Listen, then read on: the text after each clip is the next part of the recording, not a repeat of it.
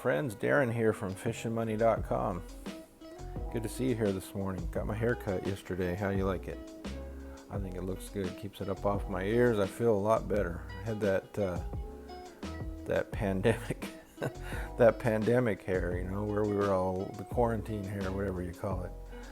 Anyway, the question I want to talk about here today real quick is how to improve your fishing.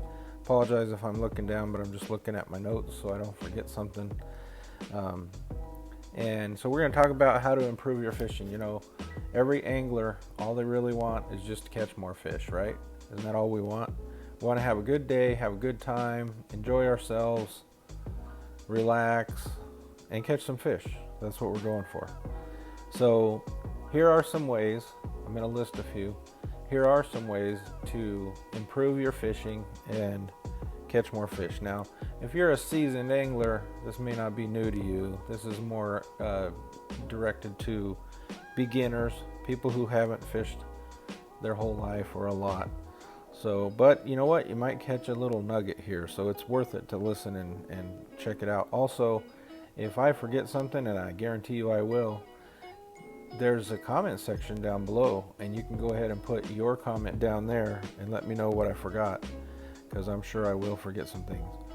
So I would say the first thing here is do a little research. I mean, if you're going to go somewhere that you've never been before, or that you've never caught a fish at before, maybe you've been there and you just never caught anything, do a little research on that lake. There's so much that we have at our fingertips these days on with YouTube and with you know, just Google and stuff like that, talking to your friends as well.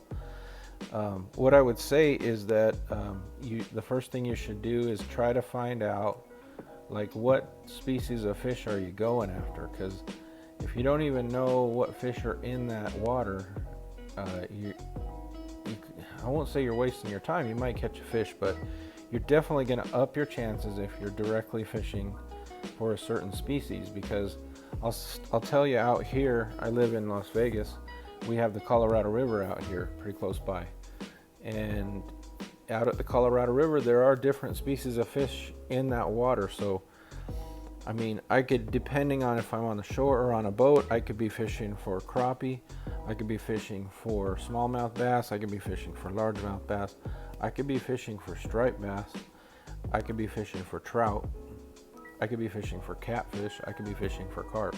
There's a lot of different types of fish in that water. So when we go fishing, we even ask ourselves, because there's usually a debate, depends on, I have 4 boys, so it depends on who's all going. Are we fishing for trout, or are we fishing for striper? Or are we going to go do something else, you know? And you do have to decide, because there's a specific way that you fish for each species of fish. You don't just use an anchovy for a trout. Although you maybe could tip a lure with anchovy and a trout might bite it. But for the most part, if you throw a piece of cut bait out in the Colorado River where I am, you're probably looking to catch striper, carp might eat it. Definitely catfish might eat it, and you might get a couple of other species, but for the most part, if you're throwing anchovies, you're probably fishing for stripers. So you got to decide what type of species you're going after first, so that you can use the right bait and have the right setup on your rigging, right? So let's say you're going for striper. For me, I would use a Carolina rig. I would maybe use 2 hooks, because we're allowed to have 2 rods and 2 hooks here. So I'd maybe use 2 hooks. Sometimes it's not worth it. You get the tangles and stuff, so maybe just want to use 1 hook and 2 rods. However you want to do it, but I'd probably use a Carolina rig, and if you don't know what that is, there's other videos that talk about that. There's different rigging for your rods and stuff like that, but definitely decide on what type of species you're going after. If I go out for striped bass, I'm probably not even going to bring my trout rods, and I'm probably not even going to bring my Berkley power bait and my worms. Don't need it. So you got to set up and decide what you're going after first. Now, once you decided what you're going to go after, you got to learn the characteristics of that species of fish. So let's say it's trout in this example. If I'm fishing for trout here, we have rainbow. Pretty much that's it. We have rainbow in our waters here. So rainbow trout, I'm either going to, and they're all stalkers. So I'm either going to use, I'm probably going to use power bait, but I might use worm and a marshmallow. If it's summertime, I'm going to want to probably try to keep my worm up off the ground because we get a lot of moss. The water's not very deep, so you get a lot of moss and weeds growing up. So I'm probably going to want to use power bait because it floats, or I'm going to want to use a worm and a marshmallow. And if I use a worm, they don't float. So I'm probably going to take a worm pumper and pump up my worm. And if you don't know what that is, that's a nice little fisherman's trick. A worm pump to pump up your worm so that it floats up off the bottom. Not everybody knows about that, even some of the good anglers but I've been doing that since I was a kid, and that definitely ups your chances of catching a trout at the river where I'm at. You have a flow of water, so if you're using a Carolina rig, then your weight's sitting on the bottom and your leader's kind of going up a little, and then you got this little worm and a marshmallow right here. It's just like putting it right in their face. If a hungry fish comes by, they're going to want it. Okay, 3. What is nature serving you? Was the title that I put on this. By the way, this is one of my blog posts on fishingmoney.com. And you got to look at that as well. We went out fishing to a place called Panguitch here a couple weeks ago, and we just bait fished for trout. That's what we had decided to do. But there's other ways to catch trout, and there's different species of trout in that water at Panguitch. In Panguitch, you have your rainbow trout, but you also have cutthroat trout, and you also have tiger trout. And let me see, a tiger trout is a cross between a German brown and a brook trout. They're awesome looking tiger trout. They're only about 5% of the fish that are in that water though. So if you're fishing and you just want to catch fish, you're probably mostly kind of going to go well, if you're bait fishing, you're probably mostly going to go for rainbow trout. If you wanted to catch some cutthroat and tiger trout, the way that you probably do it though is use a fly rod and a nymph, a sinking fly. And right now we're in July, so it's starting to get hot summer there right now, and the mayflies are hatching. So you have all these mayflies, dragonflies flying around. That's what nature is serving the fish right now. So if you want to up your chances of catching a fish, then give them what they're looking for, right? The trout out there right now are in shallow water, believe it or not, or at least they feed in shallow water, and they're gonna eat, they're gonna be looking for some type of fly. So, cast that thing out there now. I won't give you the whole scenario how to do it, but for the most part, just a fly rod, or we used to do something similar when I was younger.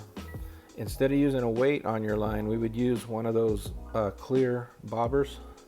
I don't know if you've seen those before. I wish I had one here to show you, but it's a bobber that's clear, and you fill it full of water, and that gives you your weight when you cast.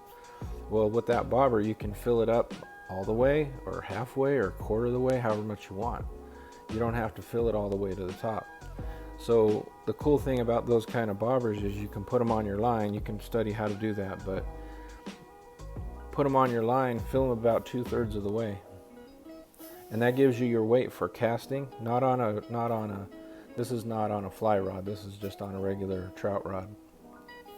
It gives you your weight for casting, so you can get it out far, and then have a long leader and your nymph on the end of it, so you can cast it out far. Now what'll happen is that bobber, because you didn't fill it up all the way, it has air in it and it'll float, and your nymph will sink. So once you cast it, your bobber will stay up on top and your nymph will slowly sink. And as you're reeling it in, the slower you reel it, the further that nymph will sink. The faster you reel it, the more it'll stay up high. And those fish will be at a certain depth, somewhere within probably about the 5-foot range. That's where they're feeding. So some of those fish, if they're jumping a lot, then they're feeding off the top. So you're going to want to have a little shorter leader and maybe reel a little faster and keep that nymph up high. But you can do that on a trout rod as well, although it's easier to do it on a fly rod. What's the best lure for your chosen fish? On that lake, on Panguitch, you can use a lot of stuff. You can use a jig. You can use a small 2 or 3 inch crankbait, and a lot of times they'll take those crankbaits and maybe put a little tippet with, they call it chub. It's a kind of trash fish out here. So if you have some chub, you can cut some chub and just tip your treble hook with some chub. Or you can put some a little bit of night crawler on there, or even a little bit of anchovy, any kind of fish that'll stay on. If you tip your tip of your crankbait with that, then that gives you your scent, and so you can catch a lot of fish in that lake that way. In that lake. There's other ways to do it, but yeah, learn about what type of lure is best for that type of fish. Learn about what foliage and vegetation is around you. So I was saying that in the summertime, my river out here has a lot of moss in it.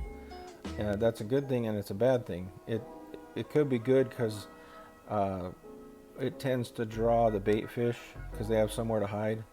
And then your bigger fish want to eat the bait fish, so that could be a good thing. It's also kind of a pain in the butt. At Panguitch, where I was talking about before, it's a different lake it's a high altitude lake. There's a lot of like reeds growing up, like grasses growing up. And believe it or not, even in the shallow water up to a foot deep and deeper, you could get some really big fish in 1 foot deep water right up on the shore. And they're just waiting for those mayflies to fall in the water, and then they're going after them. Practice your casting. You can do that. You don't have to go out to a lake or river to practice casting. You can go to a park or a field and put a rubber weight on the end of your line and practice your casting. And then learn a couple of good fishing knots and keep your hooks sharp. I think those are the tips that I would give any beginning angler. Sharp hooks, you're going to have a much better hookup ratio. Make sure your knots are good, because if you don't know how to tie your knots and you hook into a fish, you're probably going to lose it. Stuff like that. Make sure you have the right type of rod for where you're fishing as well. And there's a million more things, but those are like some of the main ones. And I'm sure there's people watching this video right now that have other ideas that I haven't mentioned. Go ahead and put those down below. If somebody wants to go read those ideas and get more ideas, that's terrific. So appreciate you being here. Appreciate you participating. Like I say, comment below. I want to hear from you. I want to hear about your ideas. And visit me at fishandmoney.com. And again, this is Darren, and I'm out.